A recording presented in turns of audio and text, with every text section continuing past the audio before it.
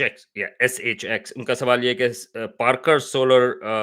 probe जो है वो सूरज के बहुत नजदीक गया तो उसका टाइम स्लो हुआ according to Einstein absolutely absolutely तो ये एक्चुअली फैसिनेटिंग चीज है कि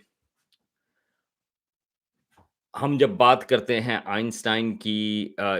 सो ये जनरल थ्योरी ऑफ रिलेटिविटी की बात है कि अगर जो ग्रेविटी है वो आपका स्पेस टाइम को बेंड करती है दैट इज उसका जो मेन कॉन्सेप्ट है वो इस चीज का है तो अगर आप ज्यादा बड़े मास के पास जाएंगे तो आपका वहां पे स्पेस टाइम का बेंड जो है वो ज्यादा होगा अगर आप छोटे उसके ऊपर होंगे तो वहां पर थोड़ा कम होगा और वो टाइम के पैसेज को भी इम्पैक्ट करती है ठीक है तो क्या अगर आप सूरज के पास जाएंगे तो इम्पैक्ट करता है एब्सोल्युटली इट डज इनफैक्ट मैं आपको इससे भी बेहतर मिसाल देता हूं वो ये कि ये जो आपके सैटेलाइट्स हैं जमीन के ऊपर राइट लाइक यू नो उनको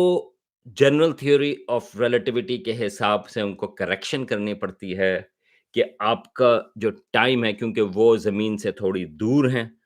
उनके पास वहाँ पे किस तरह से माइक्रो सेकंड या पिको सेकंड क्योंकि जब आप जीपीएस है या इस किस्म की और चीज़ें हैं, वो काम कर रही हैं बहुत ही प्रिसाइज़